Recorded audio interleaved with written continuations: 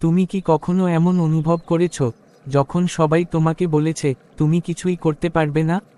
তখন মনে হয় পৃথিবীটা যেন থেমে গেছে, সব স্বপ্ন ভেঙে চুরমার হয়ে গেছে। হ্যাঁ, সেই কথাগুলো বুকের ভেতর কাটার মতো বিঁধে থাকে।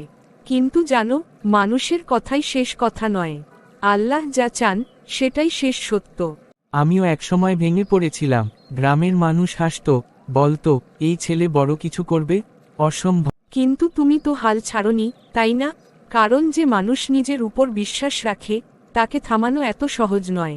দিনে কাজ করেছি, রাতে পড়াশোনা করেছি, ক্লান্তিতে চোখ বন্ধ হয়ে আসতো, কিন্তু মনে হতো এই কষ্টই একদিন আমার সফলতার গল্প হবে। কষ্ট ছাড়া সফলতা আসে না। অন্ধকার না থাকলে আলোকে চেনা যায় না। তুমি কষ্টকে শক্তিতে পরিণত করেছিলে।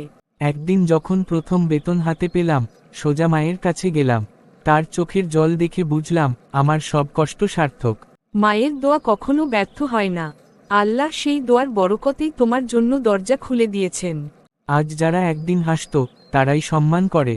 কিন্তু আমি শুধু একটা কথাই বলি, স্বপ্নকে ছোট করো না। হয়তো আজ তোমার জীবন কঠিন, হয়তো চারপাশ অন্ধকার, কিন্তু মনে রেখো, এটা তোমার জীবনের শেষ সুযোগও হতে পারে। তাই হাল ছেড়ো না, চেষ্টা চালিয়ে যাও। কারণ যে চেষ্টা করে, আল্লাহ তার পথ কখনো বন্ধ করে দেন না। আমাদেরকে সাপোর্ট করে, সবাই পাশে থাকবেন।